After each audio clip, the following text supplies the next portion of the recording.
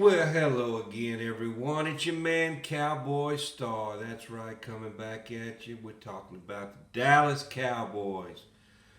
Well, it's a Victory Monday for the Dallas Cowboys once again. And we have it all to thank to one player who stepped up and shut up all the haters out there. That would be one Cooper Rush. That's right, Cooper Rush shut up all the haters yesterday, and the Cowboys beat the Vikings in their own stadium by the score of 20-16 on Sunday Night Football. Yeah, the Cowboys, it was a struggle. I mean, we didn't play that bad in the first half, but we didn't light the world on fire. I believe the score was 10-3 at halftime. But what I like about this team, what I like about this staff, is when halftime comes, second half, third quarter is our best quarter, folks. Every game, if you look back, the third quarter, we have made adjustments at halftime. We come out and we change things up for the defense, for the other team, and we throw stuff at them that they're not ready for. We punch them in the mouth, and we've scored more points in the third quarter than we have in any quarter this year in our games. But Cooper Rush, man, I have my doubts about you, bro. I have my doubts about you. I didn't think you could do it, but you sure fooled me. You proved me wrong. You came in and you did it. You lit it up. You passed for, 305 yards, 24 out of 40, 2 touchdowns, and only 1 interception, and that interception was tipped.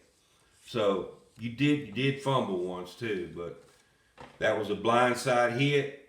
But overall, Cooper Rush, I have to give you an A- for the game, man. You did an awesome job, and you get a blue star from Cowboy Star. So Cooper Rush, you're my star of the game, but we got a couple of other stars of the game that we would not have even won if it wasn't for these two players. And that would be Zeke Elliott. It was third down and 11.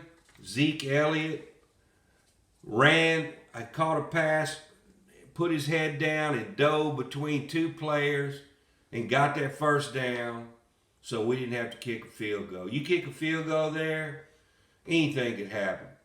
You could lose a coin toss. You could miss the field goal, the way our kicker kicks. I might have to put him on the bonehead list before it's over with. He missed the first field goal of only 43 yards. Greg the Leg Zerline. We need to change his name from Greg the Leg to Greg will miss Zerline. But anyway, the other player of the game would be one Amari Cooper. That's right, Amari Cooper, who was nursing a hamstring on the sidelines, looked like he was about ready for the medic truck. And then he comes back in the game and has the wherewithal to not only go up and catch the pass from Cooper Rush, but to get both feet down to perfection where there was no question about it. That was a touchdown game winner for Amari Cooper. So anybody that says that trade we made for the first round pick, gave up the first round pick for Amari Cooper, man, that trade has paid dividends. I'm telling you, Amari Cooper is a gamer. And one funny thing that did happen in the huddle before that play, Cooper Rush called it to the left, which was Amari Cooper's side, and CeeDee Lamb tried to get him to change it to the right because he wanted to be the star. Caught the ball and game-winning touchdown, and Cooper said, "Hell no, that's my play. I'm going to be the one to catch it," because CeeDee Lamb caught the winning touchdown last week, the last time they played. So, man, it all worked out to perfection. Cooper Rush, like I said, he threw for 305 yards, one of the only quarterbacks that have thrown for over 300 yards in their first official NFL start. So kudos to Cooper Rush, and Amari Cooper, and really the whole defense played good. Randy Gregory was all over the field, and Micah Parsons was on the man. He had 11 tackles in the game, and Randy Gregory was raising havoc in there. But we did have quite a few penalties. I think we had 11 or 12 penalties in the game, and of course, bonehead Connor Williams always has to have his holding penalty right when it's crunch time, right when we don't need him to do it. He does it. Like to cost us this game too. But that Cooper Rush, he prevailed, man. He saw it through with the help of Zeke and with the help of Amari Cooper. We ended up winning this game. And man, this is a big win. We're 6-1 right now. And the Cowboys, I don't want to jinx nothing, I don't want to jinx it. But the Cowboys look like they're on their way this year. So let's just hope. I'm gonna just pretend I didn't even say that, okay?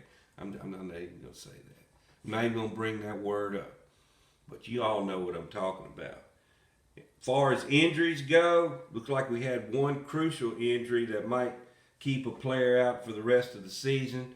That would be Jabril Cox. He's on crutches right now. Looks like he has a knee injury. But I don't know. We're waiting on the MRI to come back on that. I just hope and pray that he's not out for the season. But it didn't look good at all. Trevon Diggs got kicked in the ankle. Doesn't look like it's anything too serious on him, unless it's just a contusion there on his ankle. But I think he's going to be okay. But his interception streak did come to an end, an abrupt end yesterday. He didn't get an interception. And to me, it kind of looked like he didn't have all that great of a game. It looked like he was always trailing the receivers. But, oh well, nothing real bad happened to him. So it just remains to be seen. But he did not get an interception. Of course, Tyron Smith, injured again, re-aggravated his ankle in the game. So he was out most of the game. They put Ty Nsekhe in, and he was getting manhandled out there. But he didn't have a horrible game. He just wasn't no Tyron Smith in there. But what mystifies me is why in the world we didn't put Lyle Collins in there in place of one of the, either move Steele over to left tackle, and Lyle could have played right tackle, or even put him at guard in the game. I don't know why in the world they're waiting and not putting him in unless the Cowboys are still mad at him from all his hijinks that he's pulled in the last couple of months. And he hadn't played in a game in almost 2 years. So I think the Cowboys are kind of aggravated with Lyle Collins. And who knows? He may be up on the trade line, the next day, because the deadline for trading is tomorrow at 3 o'clock. And the Cowboys, they're maybe up for a trade. Who knows? We'll see. And if something does break on that, be sure and tune in to Cowboy Star. You know how we do. We always bring it to you. Whenever there's news out there about the Cowboys, we'll bring it to you. Stay tuned to Cowboy Star. And don't forget to subscribe to the channel, as always, and press that notification bell. But in other NFL news, there's a rumor going on that Broncos are trading Von Miller to the LA Rams. And the particulars of that, I didn't get all the particulars of that particular trade, but it's in the works right now, but it looks like that is going to come to fruition. So Von Miller is trying to win a Super Bowl at the end of his career, so he's going to the Rams. And like I said, the trade deadline is tomorrow at 3 p.m. So stay tuned to Cowboy Star. We'll bring that to you. Whatever we hear about the Cowboys, if they make any moves on the trade deadline, you'll be the first to know. So next week we play the Denver Broncos. We still don't know if Dak Prescott's going to be able to play. We'll be listening up for the injury reports this week and how they're going.